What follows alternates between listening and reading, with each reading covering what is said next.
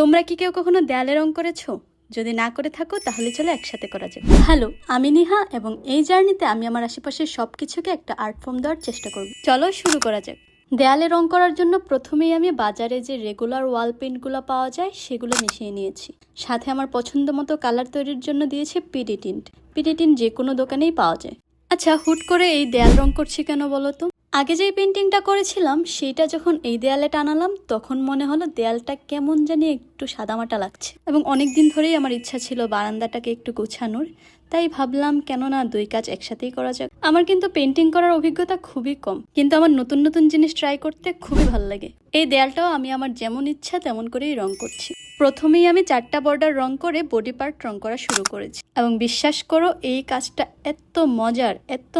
প্রথম কোটিং এর পরে এই দেয়ালটা মোটামুটি এইরকম হয়েছে। রং শুকানোর পরে আমি এখানে দ্বিতীয় কোট অ্যাপ্লাই করেছি, এবং দ্বিতীয়বার রং দেওয়ার পরে দেয়ালটা এত সুন্দর দেখাচ্ছিল। কেউ কি গেস করতে পারবে আমি এখানে কি ধরনের আর্ট ফর্ম চেষ্টা করব? সবাই ভালো থেকো, টাটা।